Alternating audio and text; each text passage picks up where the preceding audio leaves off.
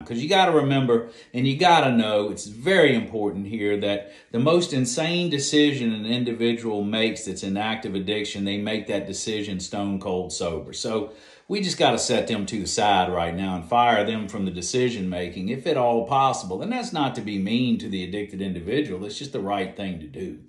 We'll pull them into the process when we see where it's necessary. Also, many families that have addicted loved ones, it's like they're just wandering aimlessly around because they don't have a destination. And I don't mean destination like, a treatment center or a particular treatment center, or it could be intensive outpatient, it could be therapy, it could be the 12 steps, could be, smart, whatever the case may be, you need a destination, because once you have a destination, then it's like, all right, what do we have to do to get to that destination? What I've also found by doing these sessions, and we've been doing them about 2 years now, and been doing interventions for 14 years, but for 2 years I've been doing it this way.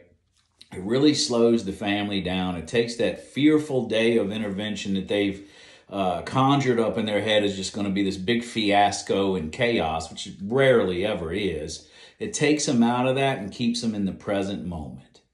We're not there to sell an intervention. In fact, I go into every session with the goal of, all right, how can I get this family able to do this on their own without having to have the cost of having an interventionist come out and do it for them? Oftentimes, the families are like, we want you to come out and do it. But we haven't had one person yet say, man, I really wish I hadn't have gotten a session with that fella.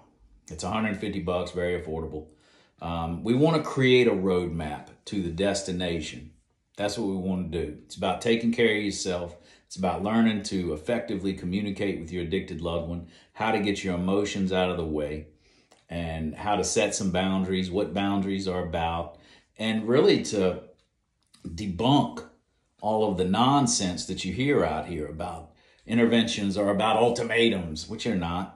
Interventions make people homeless, which they don't. And interventions will just drive people away, which they don't. And we just want to bring clarity to a struggling family's life. So it works.